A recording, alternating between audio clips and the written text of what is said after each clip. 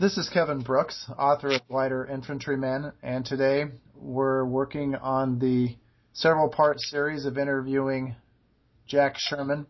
Jack was private in the 327 Glider Infantry, Company G, 2nd Battalion, and has agreed to share his stories. You can also read about them in the book Glider Infantryman. How are you doing today, Jack? Hi, how you doing? Yeah. So we're going to be sharing this video probably on Facebook and some other places.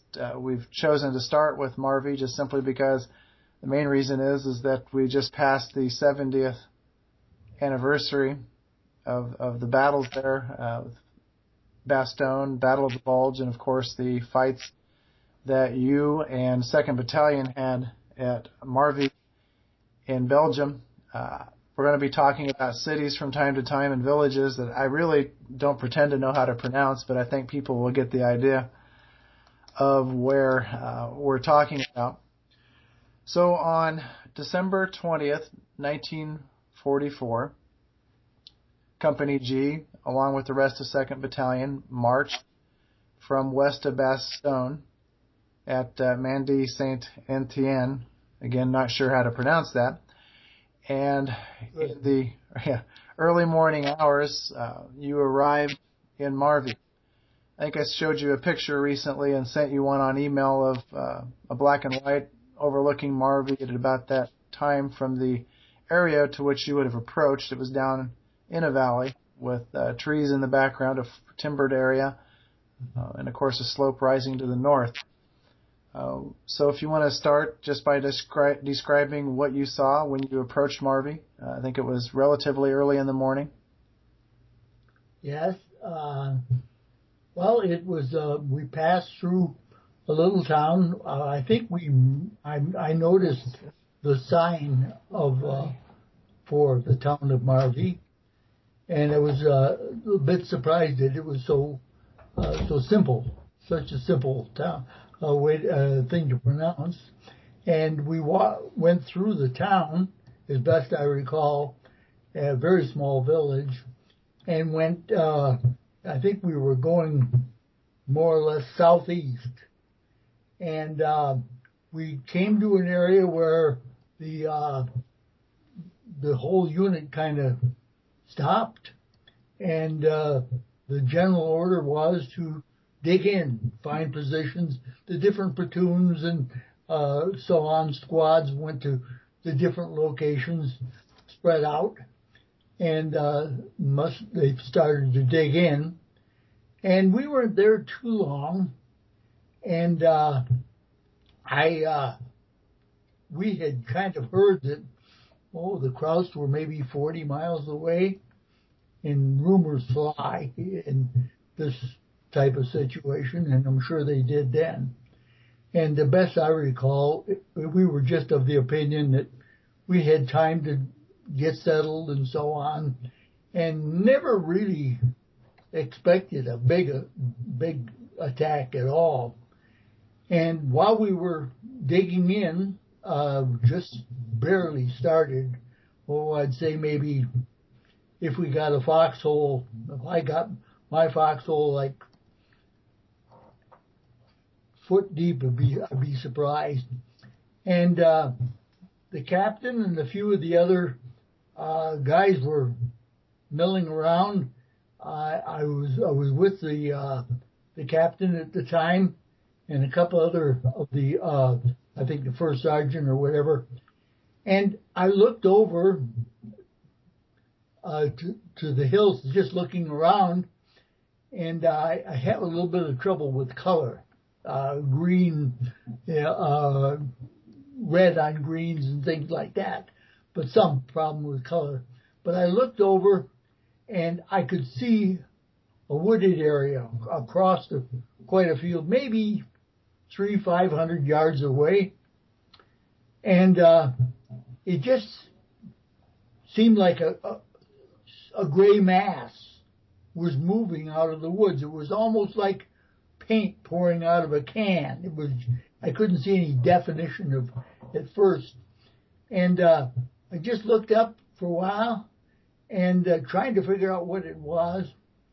And about that time, there was a tank destroyer behind a stone building there, like kind of an outbuilding for a farm. And it started its engines, come out from behind that, and pointed their gun at the area that I was looking at. And about this time, it fired and got back in behind the stone building. And then I recognized things began to clear up. And oh my gosh, that's the Krauts coming at us with the gray uniforms. Must have been, the color variation that I saw. And things began to get a little bit active. And I did see on either that shot or the second or third shot, because the tank destroyer kept backing or pulling out from behind the stone building and firing, and then backing up to the concealment of the building from the Germans to reload. And at one time I saw what I think was a half-track loaded with Krauts hit. And then everything broke loose. The whole formation that I saw coming out of the woods began to break up, and then a firefight started, and it was just hectic from then on. Little things, I don't remember too much, but it was a busy time. Yeah, I think it's been a while since we've talked about this, but you described did you say it was a tank destroyer? Yes. As a relatively new 90 millimeter high velocity tank destroyer? I think it had it. I think that's what it was, because I think it was a portion of the 10th Armored that was there. Yes, Team O'Hara. And remember, you kind of described it as being like a gunslinger. It just rather startled you, maybe not even realizing it was there, and then pulls out and shoots and goes That's back. right. It was a surprise, because normally I think most of our time, my combat time prior to that was in Holland, and we were we had the British armored with us, but they were always way behind. You almost never got right in with them, so it was kind of startling to see, and especially an American unit, they're kind of starting the fight almost. Sure. Yeah, and you had described once the half-track getting hit and seeing enemy soldiers literally flying through the air. Yep. The things began to get just a little bit clearer then, because at first I had absolutely no idea. I mean, if somebody would have said, look, there's this German army over there, I'd say, you're crazy, And but this movement, my eyes... maybe I wasn't concentrating right. Maybe I wasn't expecting it. I don't know.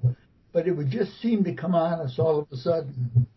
And the tank destroyer opening fire really brought everything into right now and what was happening. And things began to clarify that we were actually, Krauts were there. They weren't 40 miles away. Yes. And you had described Captain Evans as looking rather surprised when the enemy came into the woods. Yeah, he was very surprised and began to, I thought, kind of micromanage stuff, telling different guys were maybe one or two guys that they were digging in the wrong place and their foxholes were not in the right place. There was a little confusion, I guess is a word. And I don't want to say much more than that about it at this time for reasons. But I know that there were two of the guys that I knew from Holland. I call them little hillbillies. One was a little hillbilly. Both were really great guys, and they were digging in. And they were the guys that was closest to us that when the fight began, and I guess what I can add more was it was a hectic time. We were eventually pushed back into the village. We were just pushed out of our position. We didn't expect the tanks and the heavy stuff coming at us, and but we organized. I don't really know the timing, whether it was hours or day or what, but we eventually moved back into that position that we originally saw the tanks. And I always remember that the two guys that weren't totally dug in, they were still in their foxholes, but they were dead. And Captain Evans' report seems to imply that when the enemy first came out, that you guys weren't prepared, and so at least some of the company moved back to the stone fence areas there in Marvie. They're on the east side. We're talking about the south and southeast side of Marvie, facing the east towards the Wilts Road bridge. Of course, the attack actually came from directly south, if I remember right. When they came out of the woods, it was directly south of you. Yes, I would think that. It was more south than anything. And that surprised us a bit. Because, the whole showing of the German there surprised us because, like I said, rumors fly. You never know what really is going on. But the general consensus was that the Krauts were not close. And you were pretty close to Captain Evans at that point. Yes, we were. I was a runner for Captain Evans. Yeah. And normally, when we moved into a spot like that, it was a runner's busy time because you would get assigned to say, well, go with this platoon, and when they get set up, come back and report where they're at, and so on. So we were kind of in that mode, if you will, where I think that the platoons and that were being assigned sectors, and probably I was just awaiting orders to say go with this platoon, and when they get set up, come back and tell me where they're set up. And this was a normal procedure for a runner. But for this attack, you didn't get to that point. And we never got to that point because it was just total surprise. Sure. The enemy unit that was attacking was the Panzer Lehr division. The leader, General Colcott, I believe is his name. I didn't look it up before we started our discussion. But he liked to attack in regimental strength. So the force that was coming at you guys was probably pretty large. When I look at the reports, one of the things that surprised the leadership is that the enemy either didn't expect you guys to be there, or they didn't expect you to put up much of a fight. It would be my guess, and I thought about it, the way they came out of that woods, they were not in battle formation. They would have never, I don't think, especially the Krauts, would have ever come out of that woods en masse like they did if they had expected us there. Yes.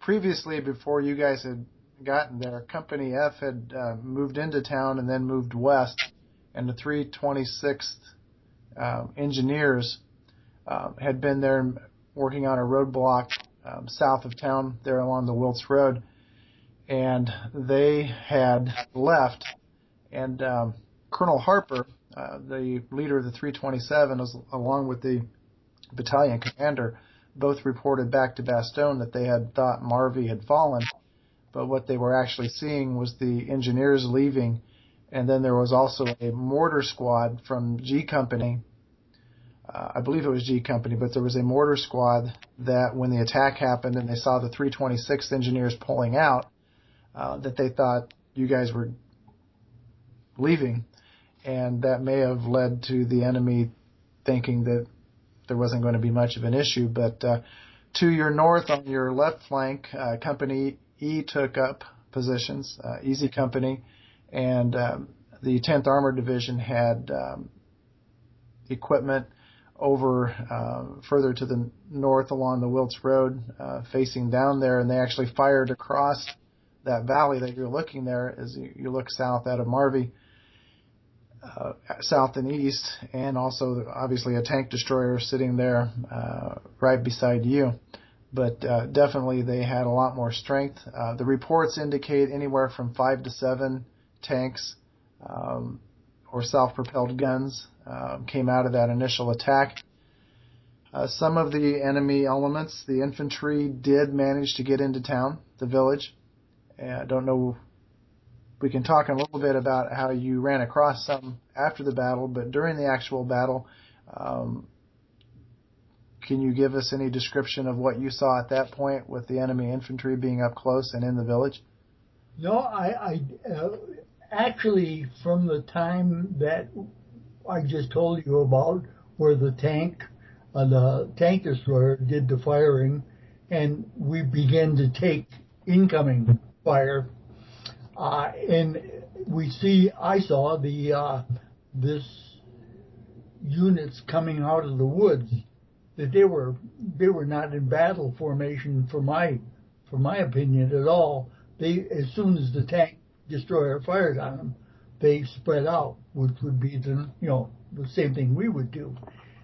And they spread out, and they just kind of, with all that was going on, I don't remember much other than winding up back in Marvie, in a building that the captain picked as his command post, and that we were in that building, and we had the Krauts infiltrated through the whole town, from what I recall. Sure, and it took a little while to do mop-up operations. That day, later on, that morning at around 11:15 or so, some artillery hit the town and another attack was expected, but one did not materialize that day. But mop-up operations continued. And of course, one tank, a Mark IV, did get into town. And as you remember, your good friend, buddy Don Rich, was knocked pretty hard by that, and his bazooka assistant, I know you know his name, and I can't think of it right now. Jim Shaw. Jim Shaw was severely injured. Don never saw him again. Yeah, and as I said, for that fight, we appreciate your memories on that. Now, after the fight, before you would describe to me about going out and doing something for Captain Evans and running across a group of enemy soldiers. Yeah, I was sent out. I think it was toward Hill 500, in that area, not to go to Lieutenant Morrison, but I was sent out on a run, and I left the CP, and it took me down a little bit east, and I was heading south. I know that much. And I had another runner with me, and we were walking along, and we were to our left was a low stone fence. When I say low, it was maybe low. I mean, it was about maybe waist high, a little bit higher. And as we were walking along, we saw a bunch of soldiers on the other side of the fence near a building, and we just took it for granted that they were ours and wasn't paying that much attention, just paying attention where we were supposed to go. And I heard this voice holler out what I thought was saying, "Hey, Yates," and didn't register at first. I thought, I'm not Yates, you know. And then about that time I looked and I could see the outline of the helmets and the color of the uniforms, and there was about half a dozen or maybe a dozen Krauts there.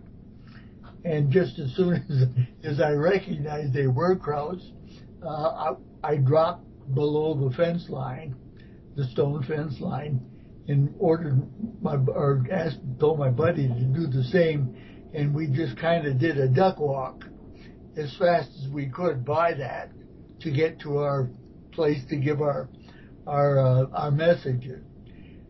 Coming back, I don't recall if we took the same route or not, but I was talking, I think it was to Don, who had a little bit of knowledge of German. I had none at all. And he thought maybe that they were saying "Wie geht's?" and I'm not sure what that means, but that was the nearest thing he could come to "Hey, Yates." And that's what I thought they said. But we didn't, they were digging. The Krauts were active. They were digging in or something along those lines. But we delivered the messages and got the whatever information we were supposed to get and bring back to the captain. And that was something we give a lot of thought to afterwards. But it would have been foolish. I wasn't that brave, maybe, but thinking about it, I put myself in the position that just a little bit of I was so badly outnumbered, I wasn't going to take on something that I couldn't handle. Yeah. They actually might have been saying hello to you, or maybe they were just as surprised to see you and thought you were. That's kind of the impression I got, or that's what I thought of later, and I was kind of thankful for it. Yeah. I don't know if it was that the night before or the following night we were pinned into the command post, the building we had as a CP. And they had machine guns on each corner firing. Yeah. One of the guys tried to get out and didn't make it. But somehow or other we were relieved of that situation. Yeah, that was the night battle that started on the 23rd, which would have been 3 days later. There were some civilian casualties in town from that fight. Do you recall anything about the civilians? No, in fact, the matter is I don't ever recall seeing a civilian die. I've heard reports and read a lot about civilians that were there. It doesn't surprise me because civilians seemed to have a way of melting away, and there were enough basements and things like that, and they were probably smart enough to stay out of sight. But I never saw a civilian all the time I was there. Never. Sure. And also looking at the reports, a lot of the Company G casualties came from along that fence row near those foxholes that you were talking about. Like I said, the attack was mostly on G Company sector, which would have been the southern part.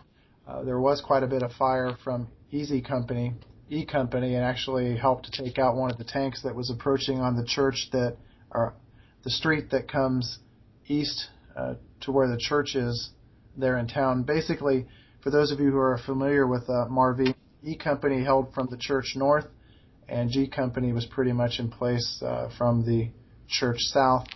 Company F was further to the west and not really engaged in this particular fight. Of course, the 10th Armored scattered around there. So it sounds like it was a rude awakening anyway, and definitely Captain Evans was not informed that the enemy was that close, which I did read something later on that Colonel Harper was actually afraid that the attack would start before you guys actually got set up. So that kind of helps to set the stage as to how difficult communications were at that time before cell phones and other methods of communication. Yeah. Not everybody got word. Before we close this particular part, I did want to mention, of course, your friend Chuck Fisher had a incident with the house barn in Marvie. A lot of the houses and barns were joined, and Chuck ran into a barn where there were enemy soldiers. The civilians in the house tried to keep him from going in there, but he didn't understand. Yeah, I talked to Chuck. Got to be a career military man, and he was stationed in Germany or in Europe for quite a few years, and he actually went back and visited the people, and the people had remembered him, and he had to thank him for trying to warn him that the Krauts were in the house, and that was quite an experience for him. Yes. He was out looking for a medic for somebody in regimental headquarters that was wounded, and I think his reason for being out and being there, he was looking for a medic to help some wounded that were in regimental headquarters.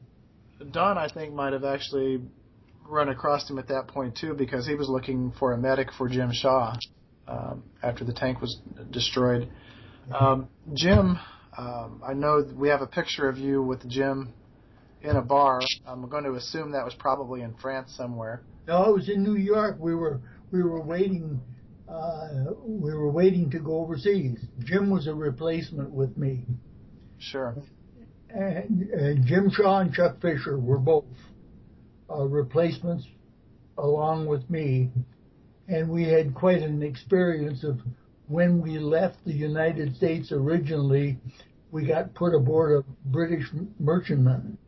It was a horrible thing, and we always felt we never would make it overseas with the food and the situation there was.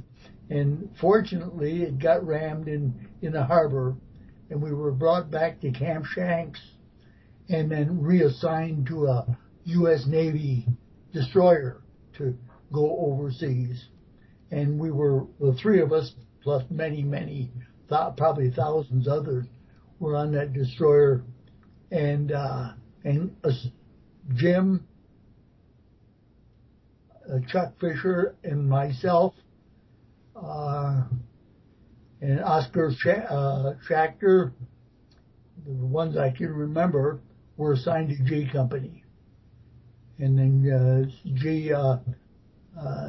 Chuck Fisher took accelerated jump school and wound up, because he didn't want to go into combat in the glider, and he went to headquarters and went in the glider anyway.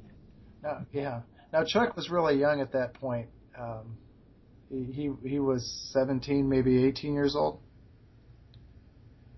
I don't think he was that young, because he had spent some time in the 13th Airborne. He was actually a replacement taken out of the 13th Airborne to go overseas as a replacement. So I think Chuck was probably like I was, maybe 19, 20. I don't think he was quite that young. Okay. And how would you describe his personality? I'm sorry? His personality. Oh, he was a great guy. Chuck, Jim and I kind of had the similar personalities, I guess. And Chuck always bragged that he used to see me dance at the different USO dances, and always admired the way I danced. So, and he always said I taught him how to jitterbug in jump boots. I taught Chuck Fisher how to dance, and he just loved to dance. And what little bit of time we had in England, we went to quite a few dances, and he picked it up pretty good. Sure. Jim was from Coeur d'Alene, Idaho, a different kind of a guy, but just a great guy.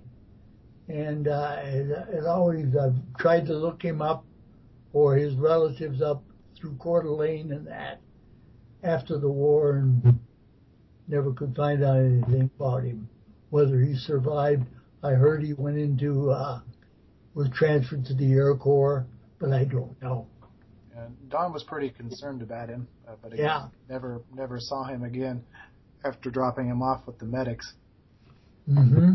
So, is there anything else you wanted to talk to us about concerning? No, except that I guess I think I'd like to thank you because you've refreshed a lot of the stuff, and I've learned a lot of things that I wondered about from your book and from talking to you, and from the history that you've compiled is just amazing.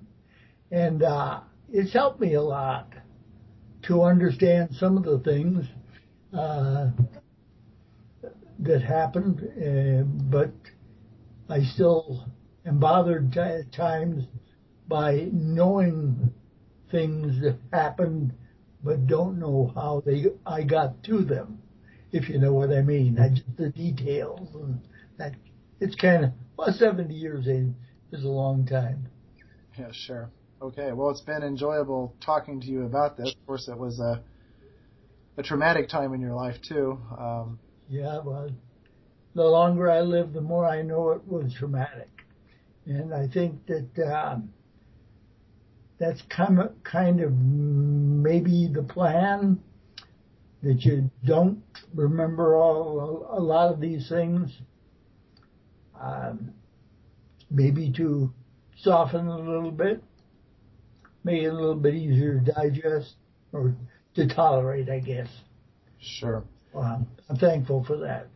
Well, the next time we'll get together, again, since we're just after the 70th anniversary of Battle of the Bulge, we can talk about the second battle there at Marvie that occurred 3 days later. Yeah. Did you, did you get a chance to read the Vanishing Heroes or any part of it? Yeah, Jack sent me a magazine called Vanishing Heroes, which is a really good read of the different war heroes from different aspects of the U.S. military during World War II. It's been fascinating, and I really appreciate having a copy, and I was going to be reporting on some of that on Facebook when I get time. But so next time, that's what we'll talk about. So until then, Okay. we'll end this one.